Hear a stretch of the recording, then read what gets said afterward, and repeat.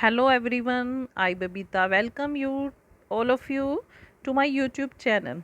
Today I am here to teach you the poem that is the third poem of the 10th standard of the first flight. The name of this poem is A Tiger in the Zoo.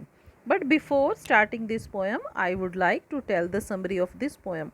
The poet of this poem is Leslie Norris. इसमें कवि ने बताने की कोशिश की है कि हर व्यक्ति को फ्रीडम पसंद होती है, यहाँ तक कि जो एनिमल्स हैं they also want to live the life of freedom, they don't want to live the life of the slavery. इसमें एक टाइगर जो है वो जू में है। He is not happy in the zoo. Why? Because he also wants to live a free life. He was able only to take few steps in the cage. Why? Because the length of the cage is not so much that he can walk properly. He is full of anger. Why? Because he was enslaved. In spite of being full of anger, he is quiet. But in the second stanza, the poet is emphasizing on the fact instead of the Jew, the tiger must be under the shade of the trees. Tiger को तो trees की shade में होना चाहिए, उसको जू में नहीं होना चाहिए। He must be sliding through the long grass, उसको लंबी लंबी घासों में धीरे धीरे चलना चाहिए। Near the water pole hole, it means पानी के किसी तालाब में के पास, जहाँ पर से कोई मोटा ताजा सा हिरन आ सके। Why? So that he can hunt that deer and he can eat it, वो उसको खाकर अपनी भूख मिटा सके। Because this is the natural daily routine of the tiger. And in the third stanza, the poet is telling that he must be edge of the forest. He should be near the houses. He should show his dangerous, sharp teeth and claws so that he can terrorize the villagers, जहाँ से वो villagers को डरा सके, सारे गांव वाले उसके भयानक रूप से डर सके। But now what is the condition of the tiger? He is in the cage. He is just walking few steps. He was taking few steps. He is full of anger. Even he is ignoring the visitors. वो आने वाले visitors को भी ignore कर रहा है। He does not like this case. He wants only freedom, his freedom.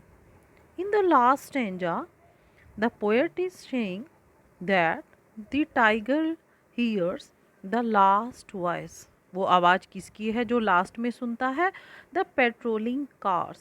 It means जो कारें यहाँ उसको विजिट करने आ रही हैं, लोग कार में बैठ कर आ रहे हैं, अब वो कारें जा रही हैं। In the last at night he hears only the voice of these patrolling cars. And he was staring with his bright eyes to the bright stars. वो अपनी ब्रिलियंट आई से, ब्राइट आई से स्टार्स को घूर रहा है। Why? Because only in the sky he was observing his freedom. आसमान में ही उसको अपनी आज़ादी दिखाई दे रही है। Now we are going to start, but before that I would like to tell you something about the Leslie Norris. Who was Leslie Norris? George Leslie Norris was born on 21st May in 1921 and he was just expired on 6th April in 2006. He was a prize winning Welsh poet. वो एक short story के writer के रूप में भी जाने जाते हैं। Up to 1974 he earned his living as a college lecturer, teacher and head master. But from 1974 he combined full time writing, वो पूरा समय ही लिखने लगे, with residencies as academic institutions in Britain and the United State. आज भी उनको एक समझा जाता है, एक माना जाता है one of the most important Welsh writers of the post war period.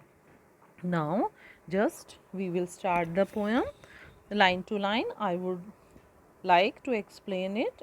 I will also teach in Hindi and then I will explain also in English. Yeah. A tiger in the zoo. This is a poem. Already I have told you that it is written by Leslie Norris. He stalks in his vivid stripes. इसमें जो ही है वो tiger के लिए आया है. He stalks. Stalks means अकड़ कर चलना. In his vivid stripes. Vivid means clear. Stripes means धारियाँ. टाइगर के शरीर पर धारियाँ हैं. वो बिल्कुल क्लियर धारियाँ हैं. He stalks. वो बड़े रोब से चल रहा है. The few steps of his cage. वो अपने केज में सिर्फ कुछ ही स्टेप्स ले पाता है. You know that the length of the cage is not so he was able only to take few steps on pads of velvet quiet. On pads of velvet quiet. उसके जो पंजे हैं वो वेलवेट की तरह हैं.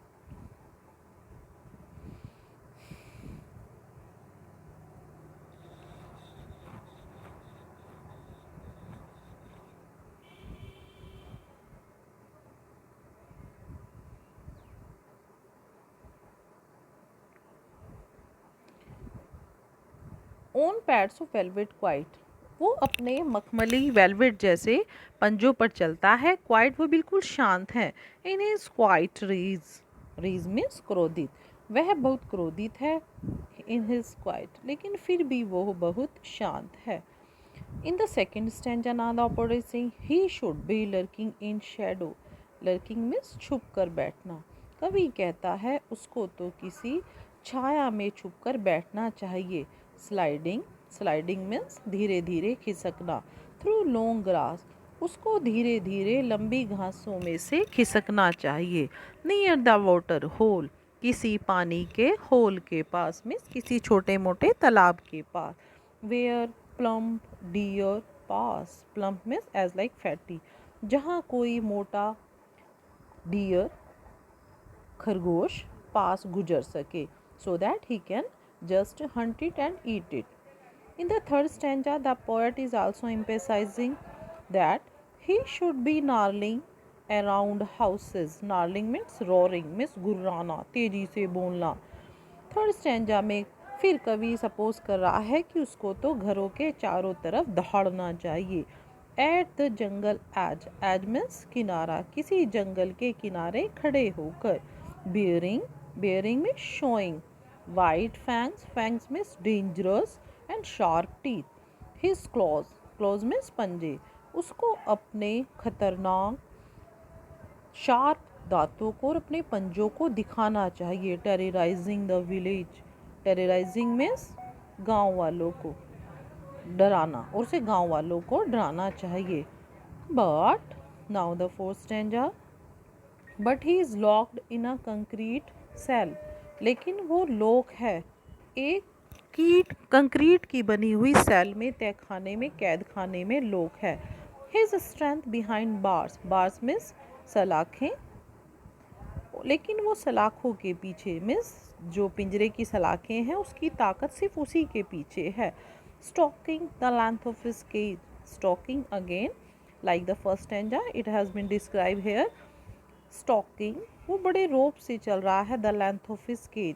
लेकिन सिर्फ वह पिंजरे की लेंथ के अकॉर्डिंग ही चल रहा है. Ignoring visitors. वो आने जाने वालों को इग्नोर कर रहा है. Now the last stanza. He hears the last voice at night. रात को वो अंतिम आवाज़ सुनता है. The patrolling cars. Patrolling means moving here and there. इधर उधर गश्त लगाने वाली कारों की आवाज़ सुनता है. Stares. Stare means look continuously. वह लगातार घूर रहा है, देख रहा है. With his brilliant eyes. वह अपनी चमकीली आंखों से ब्राइट आइज से एट द बिलियन स्टार्स को देख रहा है. ब्राइट स्टार्स को देख रहा है. Yes, in the last stanza the poet is want to tell that in the last he just listened the voice of the patrolling car. He is just observing the stars, he was staring them. His eyes are full of brightness. Thus, this is the end of the poem, and you will also know much more better that in this poem, that by the tiger condition, the poets wants to tell that even the animals want the freedom, and they must not be behind the cage, they must be in the forest. Yes, I hope that now you would like to know much more about this poem, and if you like, then you can just contact me, thus you can send me through the comment. Thank you, have a nice day.